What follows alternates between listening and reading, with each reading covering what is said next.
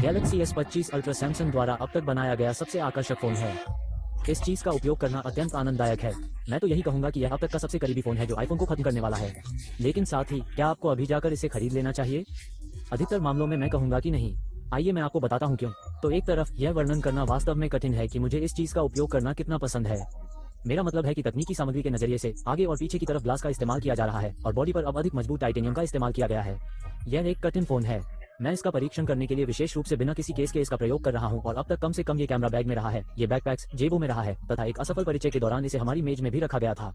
मैं यहाँ दर्द से बैठी अपनी शादी की अंगूठी भी इस पर रगड़ती रही और धूल का संग्रह मेरी अपेक्षा से थोड़ा अधिक है, लेकिन नुकसान शून्य है। दुर्भाग्यवश केवल एक ही बात है जो इसे चिन्हित करती है, वह है कंक्रीट पर सीधे गिरने वाला 1.5 मीटर का सुंदर गड्ढा। लेकिन जब मैंने ऐसा होते देखा तो मैंने खुद को इससे भी बदतर स्थिति के लिए तैयार कर लिया। बैटरी लाइफ पिछले साल से भी बेहतर है। जब स्क्रीन को डिफॉल्ट 1080p पर सेट किया जाता है तो ये प्रति चार्ज कुल 9 घंटे का स्क्रीन ऑन टाइम देता है, जिसका अर्थ है कि मेरे दिन के अंत तक टैंक में लगातार 30 से 40% बैटरी बची रहती है। लेकिन क्या ये बहुत खूबसूरत नहीं है? ये फोन के सटीक दिखने वाले डिजाइन के समान है, जिसे लगभग सीमाहीन डिस्प्ले के साथ जोड़ा गया है, जो इतना जीवंत, स्पष्ट और लगभग प्रतिबिंबों से प्रतिरक्षित है, इस हद तक कि आपको इसे स्पष्ट रूप से देखने के लिए ब्राइटनेस को अधिक करने की भी आवश्यकता नहीं है। इन सब के अलावा इसमें सैमसंग का अब तक का सबसे सुंदर सॉफ्टवेयर भी शामिल है। दरअसल मैं आपको बताऊंगा कि आप कैसे जानते हैं कि सैमसंग ने इस One UI 7 एंड्रॉइड स्किन के साथ सही निशाना साधा है।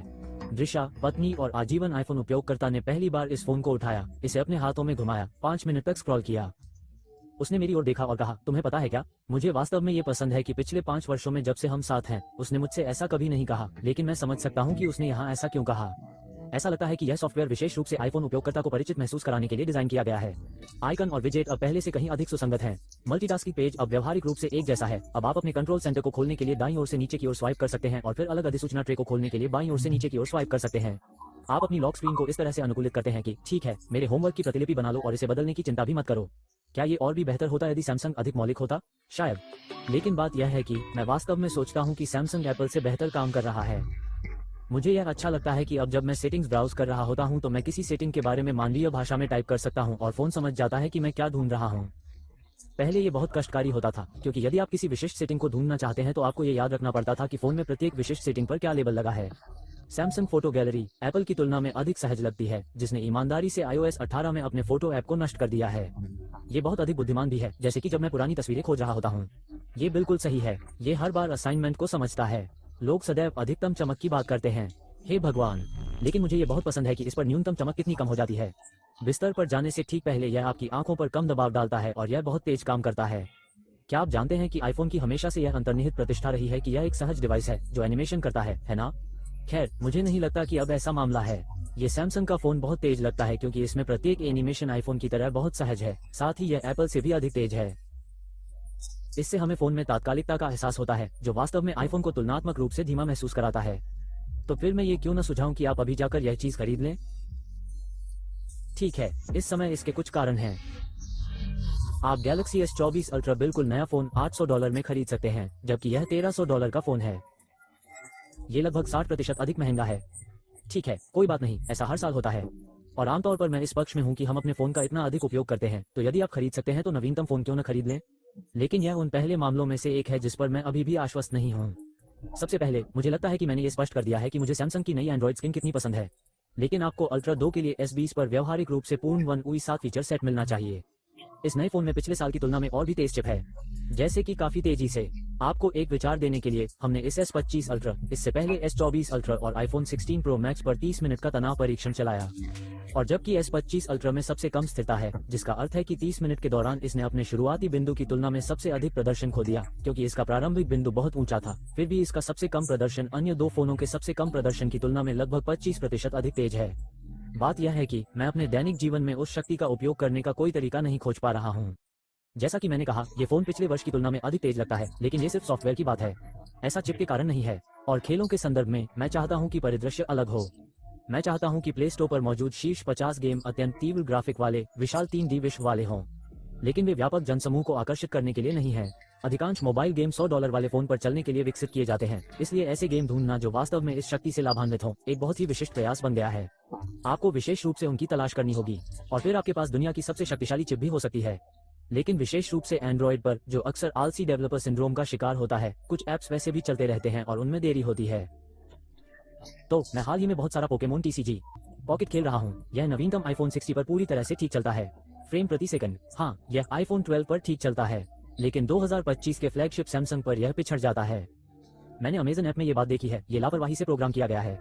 मैंने इसे जूम कॉल के माध्यम से देखा है। जैसे कि एंड्रॉइड ऐप बहुत धीमा है और कैमरा भी बहुत खराब गुणवत्ता में चलता है। सूची बहुत लंबी है। मेरा कहना यह है कि इतनी शक्ति होना अविश्वसनीय है, लेकिन मुझे नहीं लगता कि औसत व्यक्ति S24 अल्ट्रा की तुलना में इस पर ध्यान देगा, क्योंकि अधिकांश अड़चनें हार्डवेयर में नहीं बल्कि सॉफ्टवेयर में हैं। और फिर समीकरण का AI हिस्सा है। इस S25 अल्ट्रा का अधिकांश आकर्षण, जो शायद अब तक जारी किसी भी फोन से अधिक है, AI से जुड़ा है। हमें बताया गया है कि यह आई केवल 2025 के अंत तक ही निःशुल्क है, लेकिन हमें अभी भी यह पता नहीं है कि इस आई की लागत कितनी होगी। अब मैं कहूंगा कि इनमें से कुछ नए आई फीचर्स अद्भुत हैं, जैसे आई सेलेक्ट गेम चेंजर। क्या आपको पता है जब कोई आपको पूरा पैराग्राफ भेजता है और आप उसमें से केवल एक वाक्य कॉपी करना चाहते हैं, इससे समस्या हल हो जाती है। या किसी चैट में किसी चीज को तुरंत स्क्रीन ग्रैब करके उसे फिर से सबसे ऊपर लाने की क्षमता। यह इतना अविश्वसनीय है कि मैंने अपने आई चैन को इस प्रकार मैप किया है कि जब मैं साइड बटन को 2 बार टैप करता हूं तो वो सामने आ जाता है। जेमिनी को सक्रिय करने के लिए दबाए रखें। ऐसा लगता है कि यह गूगल असिस्टेंट से एक वास्तविक कदम आगे है। अंततः उन्होंने ये पता लगा लिया कि जेमिनी से वे सभी बुनियादी काम कैसे करवाए जाएं जिनमें सहायक अच्छा था, और अब ध्यान इस बात पर है कि इसे और आगे कैसे बढ़ाया जा सकता है। मैं सोचता हूं कि इसे अभी और आगे बढ़ाने की जरूरत है। मेरा मतलब है, मैं वास्तव में चाहता हूं कि यह एक पूर्ण फोन सहायक हो, जैसे मुझे दुकानों पर जाने के लिए उबर बुलाए, मेरे लिए मिलो की कल ली गई तस्वीर ढूंढे, YouTube पर कैप्टन अमेरिका का नया ट्रेलर खोलें। यह अभी होम स्क्रीन से इनमें से कोई भी कार्य नहीं कर सकता है, लेकिन फिर भी कम से कम अब ये जटिल कमांड के साथ संचार करने में सक्षम है। जैसे लंदन में ऐसा कौन सा रेस्तरां है जो ऐसे समूह के लिए अच्छा रहेगा जिसमें एक व्यक्ति को मूंगफली से एलर्जी है, एक व्यक्ति शाकाहारी है तथा एक व्यक्ति को सीलिएक रोग है। हाँ, मैं इसी पर काम कर रहा हूँ। मुझे वांत्रा मिला। ठीक है, एक रेस्तरां जो आपके समूह की आहार संबंधी आवश्यकताओं को पूरा करता है और वे मूंगफली से होने वाली एलर्जी के प्रति भी सजग हैं। और आप देख सकते हैं कि यह क्यों उपयोगी है। एक कदम आगे जाने और अपनी स्क्रीन पर जो कुछ भी है उसके संदर्भ में जेमिनी को लाइव दिखाने की क्षमता, ये और भी अगले स्तर का एहसास कराती है। वीडियो के बारे में लाइव बात करें। ओह, मैं तुम्हें कभी नहीं छोड़ूंगा। तो बताइए, यह वीडियो इतना ट्रेंड क्यों हो गया? इसे रिक्रॉलिंग कहा जाता है और यह एक क्लासिक इंटरनेट मीम है। लेकिन आपको क्या लगता है कि यह वीडियो विशेष रूप से मीम क्यों बन गया? कभी कभी सबसे अच्छे मीम्स बहुत ही बेतरतीब होते हैं। मैं सोचता हूँ कि यह इसका एक बड़ा हिस्सा है। यह आकर्षक है, ये थोड़ा मूर्खतापूर्ण है तथा इसमें आश्चर्य का तत्व है जो लोगों को हंसाता है। ये वास्तव में अब तक किसी से प्राप्त सर्वोत्तम उत्तर है। अभी मैं यह नहीं समझ पाया हूँ कि मैं इस क्षमता का नियमित आधार पर क्या उपयोग करूंगा। मुझे लगता है कि मैं YouTube पर जो कुछ भी देखता हूँ वो मनोरंजन है, जिसके बारे में आप AI के बजाय किसी अन्य व्यक्ति से बात करना पसंद करेंगे। लेकिन मान लीजिए कि आप जानकारी के लिए देख रहे थे, तो आप देख सकते हैं कि यह वीडियो का त्वरित सारांश प्राप्त करने या स्पष्टीकरण हेतु कोई प्रश्न पूछने का एक अच्छा तरीका होगा, जिसका उत्तर वीडियो में स्वयं शायद नहीं दिया गया हो। AI वॉलपेपर PD अब तक संभवतः सबसे अच्छी है जिसे मैंने किसी भी फोन पर इस्तेमाल किया है। ये तेज है, यह आपको कुछ बहुत ही उच्च गुणवत्ता वाले विकल्प देता है जो लगभग हमेशा फोन के डिस्प्ले पर स्पष्ट दिखते हैं, और मुझे ये तरीका पसंद है कि फोन तुरंत उपयोगकर्ता इंटरफेस के बाकी रंग पैलेट को बदल देता है। जैसा कि कहा गया है, यदि आप वास्तव में वॉलपेपर चाहते हैं तो आपके लिए एक्स पर जाना और उसे खोजना बेहतर होगा। मुझे लगता है कि AI PD में 80% वही है जो आप खोज रहे हैं, लेकिन उनके 100% होने की संभावना कम है। ओह हाँ, और फोटो के लिए ऑब्जेक्ट इरेजर ऐसा है, वाह, मेरे अनुभव में यह वास्तव में गूगल पिक्सेल वाले से भी बेहतर है। ये वास्तव में आपके शॉट्स की पृष्ठभूमि में मौजूद लोगों और वस्तुओं को ऐसा महसूस कराता है जैसे कि वे अस्तित्व से गायब हो गए हों। अब साथ ही इनमें से कुछ AI विशेषताएं इतनी अच्छी नहीं हैं, जैसे कि ये सभी संक्षिप्त विवरण जो यह मुझे मेरी लॉक स्क्रीन पर देता रहता है। मेरी सुबह की संक्षिप्त जानकारी आमतौर पर मौसम के बारे में होती है, और आज बाद में मेरे गूगल कैलेंडर पर क्या होने वाला है यह मैं बता रहा हूँ। हाँ, मैं समझता हूँ कि यह कितना उपयोगी हो सकता है, लेकिन अगर मैं मौसम जानना चाहता हूँ तो वह भी मेरी होम स्क्रीन पर है। और फिर मेरी शाम की चेक बीमा और भी अधिक मौसम की तरह है, जैसे कि मेरे पास छत है। जब मैं बिस्तर पर जाने वाला हूँ तो मुझे इसकी परवाह क्यों है? और फिर आज के गूगल इवेंट की याद दिला दी। लेकिन फिर भी ऐसा नहीं है कि कोई भी व्यक्ति रात 8 बजे के बाद कॉल शेड्यूल करता है। ये बात पहले ही घटित हो चुकी है। और फिर कल के गूगल इवेंट्स में क्रॉस ऐप एक्शन, दो ऐप्स के बीच एक दूसरे के साथ संवाद करने की क्षमता के लिए भी कुछ वर्षों की आवश्यकता होगी, ऐसा मेरा मानना है। लेकिन फिर भी मुझे नहीं लगता कि अभी इसमें काफी कुछ है। यह एक तरह से पूर्वानुमान के अनुसार ही है कि आपके अनुरोध को समझने के लिए आवश्यक बुद्धिमत्ता का स्तर तो मौजूद है, लेकिन आपके अनुरोध के इर्द गिर्द के संपूर्ण संदर्भ को समझने के लिए आवश्यक बुद्धिमत्ता का स्तर गायब है, और इसके बिना यह व्यावहारिक रूप से बेकार है। उदाहरण के लिए, आप इस फोन से कह सकते हैं कि पोकेमोन कब दिखाई देगा, लंदन आ जाओ, इसे मेरे कैलेंडर में जोड़ दो और अपनी उंगलियां चटका दो। ये हो चुका है। शीर्षक, स्थान, समय, सब कुछ सिवाय पोकेमोन पॉपअप के पूरे 4 दिन तक खुला रहता है। तो फिर यह कैसे तय हुआ कि मैं इसी दिन वहां जाऊंगी, और यह कैसे तय हुआ कि मैं वहां किस समय पहुंचूंगी?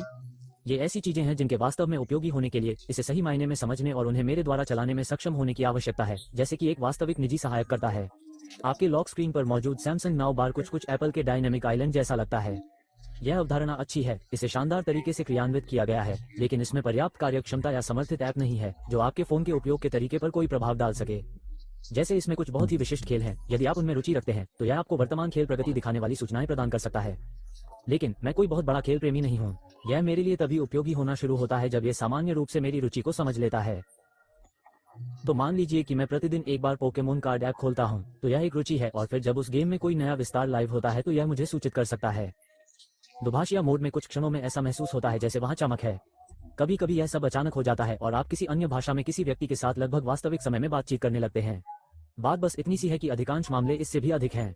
आप स्क्रीन पर वास्तविक समय में देखते हैं कि आपने जो वाक्य कहने का प्रयास किया है उसे पूरी तरह से काट दिया गया है, और आप अनुवाद होने से पहले स्टॉप बटन दबाने के लिए दौड़ रहे हैं और गलती से आप दूसरे व्यक्ति से कह देते हैं कि वो अपनी बिल्ली के बाल काट ले। ओह हाँ, और फिर कॉल रिकॉर्ड करने की क्षमता के साथ बाद में ट्रांसक्रिप्ट के माध्यम से खोज करने की अतिरिक्त सुविधा, और एआई ने जो सुना है उसका सारांश दिया। इस फीचर की सहज पाठ प्रस्तुति शुद्ध सुपरमैन है। ये शर्म की बात है कि यह फांसी जोकर के ज्यादा करीब है।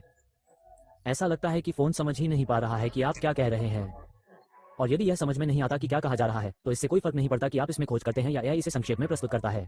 ये सब बकवास है और अलग से। लेकिन जब हम इस विषय पर चर्चा कर रहे हैं तो सैमसंग ने यहाँ थोड़ी चालाकी की है। उन्होंने चुपचाप एस पेन की ब्लूटूथ कार्यक्षमता को हटा दिया है, इसलिए आप अब इसका उपयोग हवा के इशारों या अपने कैमरे के शटर का उपयोग करके अपने संगीत को नियंत्रित करने के लिए नहीं कर सकते। मैं ये तो नहीं कह सकता कि मैंने इनमें से कोई भी काम बहुत ज्यादा किया है, लेकिन फिर भी कुछ चीजों को इस तरह पीछे की ओर बढ़ते देखना अच्छी बात नहीं है। वैसे भी मेरा मुख्य मुद्दा ये था कि हाँ, यहाँ अभी भी कुछ वास्तव में नई, वास्तव में महान एआई विशेषताएं हैं। बस इतना है कि उनमें से हर एक के साथ आपको उनके आगे 3 बड़े बड़े तारांकन चिन्ह लगाने होंगे। इनमें से कुछ विशेषताएं जैसे खोज के लिए सकल और क्रॉस ऐप एक्शन शामिल हैं। वास्तव में ये गूगल की विशेषताएं हैं, इसलिए अन्य फोनों में भी ये होंगी। बहुत सारी चीजें अपडेट के माध्यम से पुराने सैमसंग फोनों में भी आएंगी। और सबसे बड़ी बात, यदि ये सभी विशेषताएं इस S25 अल्ट्रा के लिए इतनी महत्वपूर्ण है, तो फिर हमें अभी भी यह कैसे पता नहीं है कि इनकी कीमत कितनी होगी। मैं आपको बताऊंगा कि सैमसंग यहाँ इतनी नाजुक स्थिति में क्यों है। वे बहुत जल्दी ही एआई वाली पहली कंपनी होने का ताज हासिल करना चाहते थे। वे बिल्कुल नहीं चाहते कि एआई के साथ आने वाली कमियों के बारे में बात करने वाली पहली कंपनी बने। क्या आपको Xbox One का लॉन्च याद है? वो एक लॉन्च जिसके बारे में आप कह सकते हैं कि उसने Xbox के पूरे कंसोल व्यवसाय को नष्ट कर दिया था। कंपनी ने लोगों को मूलतः ये बताया कि वे इस पीढ़ी के कंसोलों में वीडियो गेम के साझाकरण को कैसे प्रतिबंधित करने जा रहे हैं।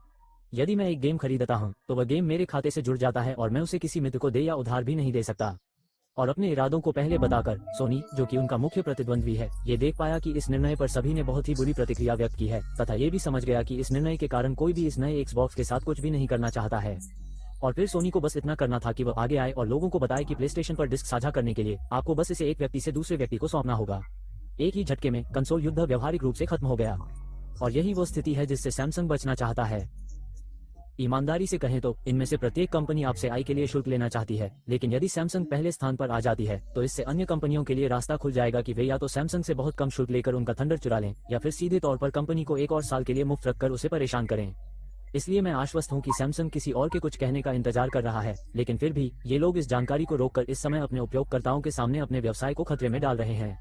1 वर्ष से भी कम समय पहले जब वे कह रहे हैं कि आपसे शुल्क लिया जाएगा, उन्हें ये स्पष्ट कर देना चाहिए कि कितना शुल्क लिया जाएगा। और हाँ, हमारे पास कैमरे भी हैं, और मैं तो यहाँ तक कहूंगा कि इस वर्ष कैमरों में बड़े सुधार हुए हैं। S25 अल्ट्रा पिछले साल की तुलना में बेहतर जूम तस्वीरें लेता है, ये बेहतर अल्ट्रा वाइड शॉट लेता है, इसमें बेहतर स्किन टोन है, हर एक लेंस पर ली गई हर एक तस्वीर अधिक शार्प है, और वीडियो भी कम शोर के साथ साफ दिखते हैं। ये तो बताने की जरूरत ही नहीं कि यह अब इतनी तेजी से शूट करता है कि मैं तो यहाँ तक कहूंगा कि शटर लैग के साथ सैमसंग का ये 5 साल से अधिक का संघर्ष है। मैं तो यही कहूंगा कि अंततः यह मामला सुलझ गया। मैं यह नहीं कहूंगा कि यह अब तक का सबसे अच्छा फोन कैमरा है। मैं कहूंगा कि आईफोन थोड़ा आगे है, Vivo X200 Pro काफी आगे है, लेकिन यह अभी भी शीर्ष 5 में है। फिर भी मैं जो सुधार कर रहा हूं, उनमें से अधिकांश सुधार पिछले वर्ष के कैमरा हार्डवेयर में किसी भी बदलाव के बिना ही हुए हैं। इसलिए एक और कारण जिसके लिए मैं आपको सुझाव दे रहा हूं कि आप इस बार इंतजार करें, वह ये देखना है कि क्या कैमरा बदले बिना ये कैमरा इतना बेहतर हो सकता है। तो क्या ये फिर से सिर्फ सॉफ्टवेयर है, और क्या वे अपने पिछले फोनों में भी ये सुधार लाने जा रहे हैं? मेरा मतलब है, मैं कहूंगा कि कम से कम 50% संभावना है कि वे ऐसा नहीं करेंगे। वे या तो यह निर्णय ले सकते हैं कि यदि हम अपने पुराने फोन को बेहतर बना देंगे तो कोई भी नया फोन नहीं खरीदेगा, या फिर पुराने फोन में सुधार की एक सीमा होगी, क्योंकि ये सुधार नए चिपसेट के अधिक बुद्धिमान एआई कोर पर आधारित होंगे। तो ये सब एक साथ लाने के लिए, यदि आप अभी एक नया एंड्रॉइड खरीद रहे हैं और आप बस सबसे अच्छा फोन खरीदना चाहते हैं, तो यह निश्चित रूप से उन फोनों में से एक है जिस पर आपको गौर करना चाहिए। कैमरे में सुधार की कुछ गुंजाइश और कुछ कमजोर एआई फीचर्स के अलावा इसमें कोई खास खामी नहीं है। लेकिन यदि आप इसे मूल्य के नजरिए से देख रहे हैं, तो ये कहना वास्तव में कठिन है कि यह फोन पिछले साल के फोन की तुलना में बेहतर मूल्य वाला है, क्योंकि इसके बारे में अधिकांश बेहतरीन चीजें पहले से ही उस फोन में हैं, उस फोन में आने वाली हैं, या उस फोन में आनी चाहिए। और बहुत सी चीजें जो नहीं होंगी उनके लिए शुल्क लिया जाएगा। तो मैं कैसे कह सकता हूँ कि हाँ, आपको इसे खरीद लेना चाहिए, इससे पहले कि हम ये जाने कि इसका अधिकतम लाभ उठाने के लिए हमसे कितना शुल्क लिया जाएगा? ओह हाँ, और हम दोस्त बनाने का सबसे तेज तरीका और हमारे प्रोजेक्ट सर्फशॉप वीपीएन को नहीं भूल सकते, क्योंकि बात यह है कि लगभग हर एक वीपीएन की एक सीमा होती है। आप सर्फशॉप वीपीएन के साथ 2 लोगों, 5 लोगों, 7 लोगों के साथ अपना लॉगिन साझा करने में सक्षम हो सकते हैं। यदि आप चाहें तो एक सदस्यता से आपको आपके मित्रों और आपके पूरे शहर तक वीपीएन पहुंच मिल जाती है। यह मेरे द्वारा उपयोग किया गया सबसे स्थिर वीपीएन है। यह ऐप काम करता है चाहे आप अपने फोन पर हो या कंप्यूटर पर, और यह आपकी जेब में रखने के लिए सबसे उपयोगी स्विस आर्मी चाकू उपकरणों में से एक है। यह उन वेबसाइटों को पुनः काम करने लायक बना सकता है जो पहले ठीक से काम नहीं कर रही थी। यह आपको अन्य देशों की स्ट्रीमिंग सामग्री देखने की सुविधा दे सकता है। यह आपके कंप्यूटर को यह सोचने पर मजबूर कर सकता है कि आप घर पर ही हैं, भले ही आप कहीं दूर हों, इसलिए आपको अपने खातों को बार बार प्रमाणित करने की आवश्यकता नहीं होगी। सूची बहुत लंबी है, और सबसे महत्वपूर्ण बात यह है कि कोड बॉस के साथ मूल्य प्रस्ताव और भी बेहतर हो गया है। अब इसकी कीमत $2.00 प्रति माह है, साथ ही 4 महीने का अतिरिक्त निःशुल्क शुल्क और 30 दिन की मनी बैक गारंटी भी है।